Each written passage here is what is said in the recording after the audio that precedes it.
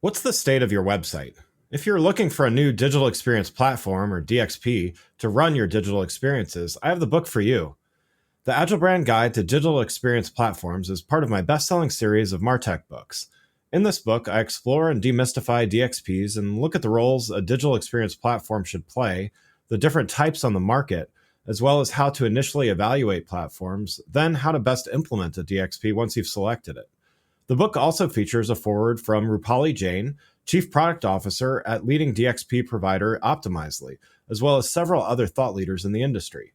Learn more and get a copy in print or digital now by going to the Agile Brand Guide website at www.agilebrandguide.com. Hi, this is Greg. Look for my book, The Agile Brand, on Amazon or on my website at theagile.world. Welcome back to the Agile World podcast. In the last few episodes, I've talked about a few different aspects that make up a brand. In the first episode, I talked about how a brand is a vocabulary.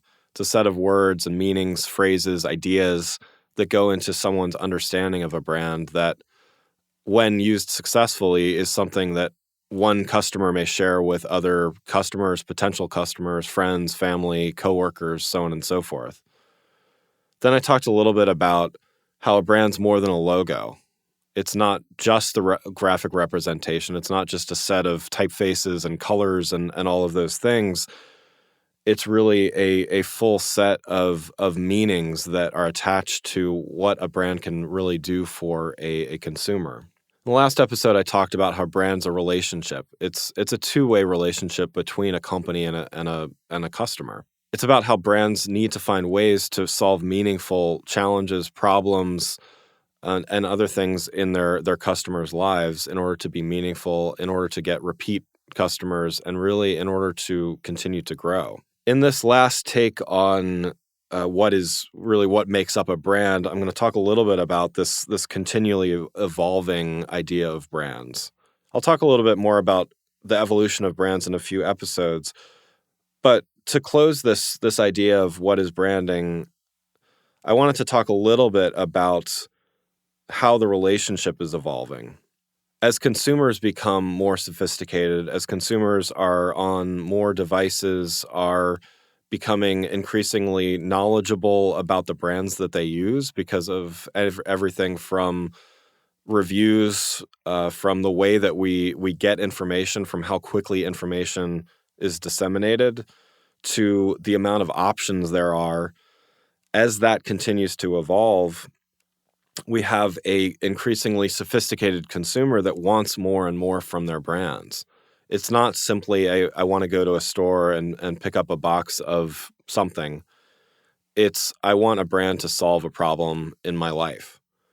And while that may sound like a lofty expectation, the challenge really is for brands to do that because there are options. There are so many options available to consumers to customize things, to get something that is very specialized to their exact needs, that brands have to keep up.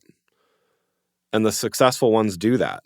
They find ways to reach, whether it's niche audiences or find ways to customize their products, their services, and do things that really solve a very specific need in a consumer.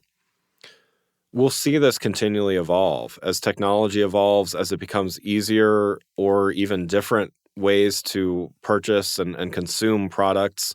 We will see this continue to evolve, and we will also see the power dynamic between consumers and brands really shift.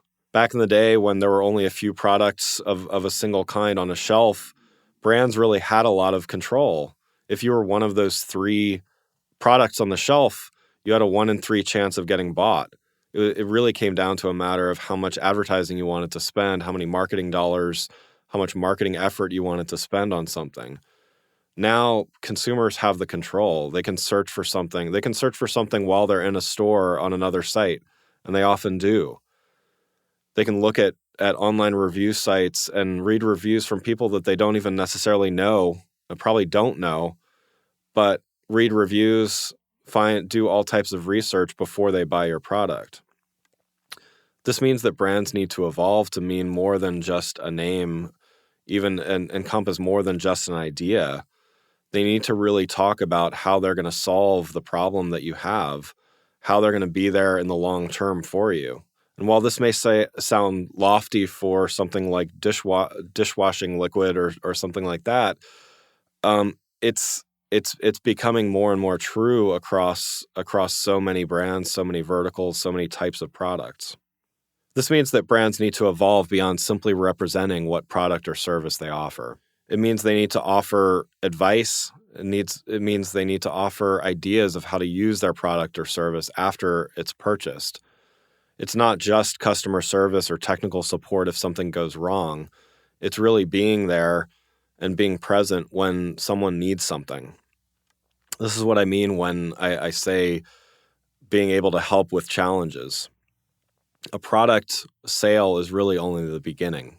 So I think one of the challenges that brands are going to have in that dynamic is when you give the tools to your customers to really create whatever they want, how do you maintain some kind of brand consistency? How do you maintain being memorable to those consumers? So there's already a lot of customization available, anything from customizing a car online or customizing products, choosing from a variety of different products. But often that car or that piece of clothing or whatever it may be still has the logo of the brand on it, and it's still very closely aligned with the brand that creates it.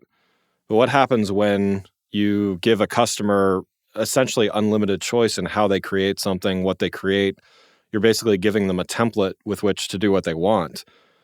I think the big challenge for branders and marketers is going to be maintaining that relevance and creating a brand that people want to continue to co-opt and adopt, even though they may have the ability to simply edit your logo out of whatever they're creating. In the next episode of the podcast, I'm going to talk about differentiation. Thanks for listening, and I'll see you next week. If you enjoyed this episode and found it helpful, please rate the show on iTunes or contact me through my website at theagile.world. You can find my books, The Agile Brand and The Agile Web, on Amazon and on my website at theagile.world.